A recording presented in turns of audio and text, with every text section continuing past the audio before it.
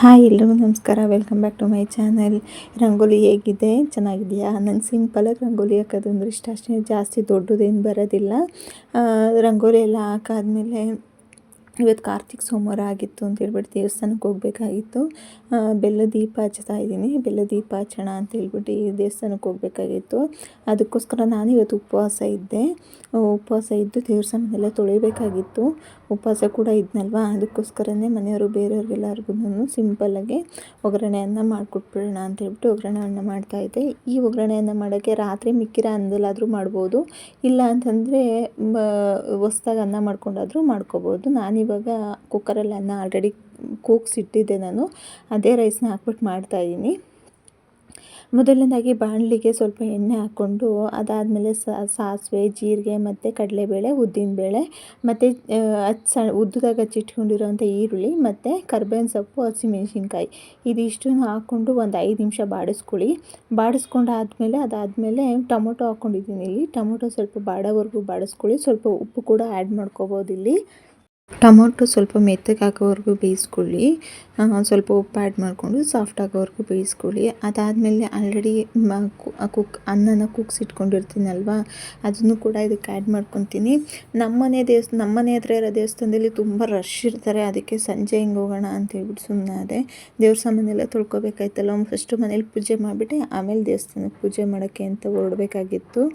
ಇವಾಗ ಕೂಗಿಸಿರೋ ಅಂಥ ರೈಸ್ನ ಹಾಕ್ಕೊತಾ ಇದ್ದೀನಲ್ಲಿ. ರೈಸ್ನ ಹಾಕ್ಕೊಂಡು ಅದಾದಮೇಲೆ ಸಿಂಪಲಾಗಿ ಮಾಡಿ ನೋಡಿ.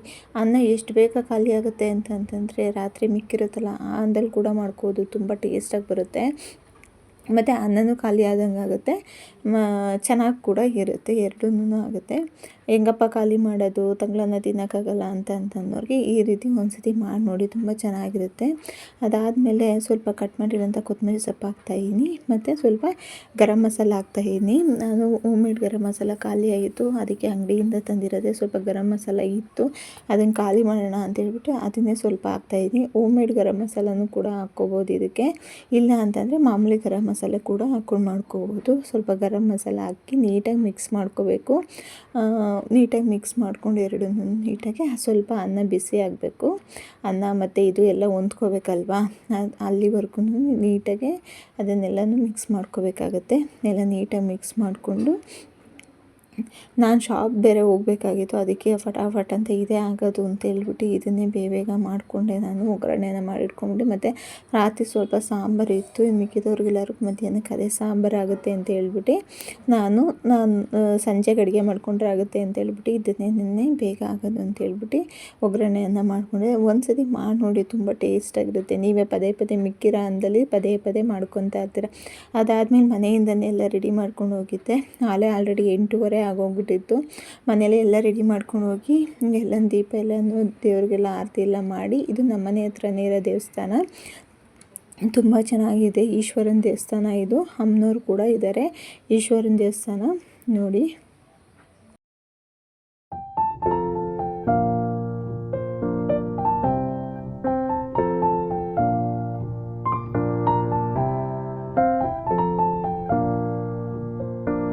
ಸದ್ಯ ನಾವು ಹೋದಾಗ ದೇವಸ್ಥಾನದಲ್ಲಿ ರಶ್ ಇಲ್ಲ, ಆದ್ದರಿಂದ ಬೇಗ ದೀಪ ಹಚ್ಚಿದ್ದೆಲ್ಲ ಆಯಿತು.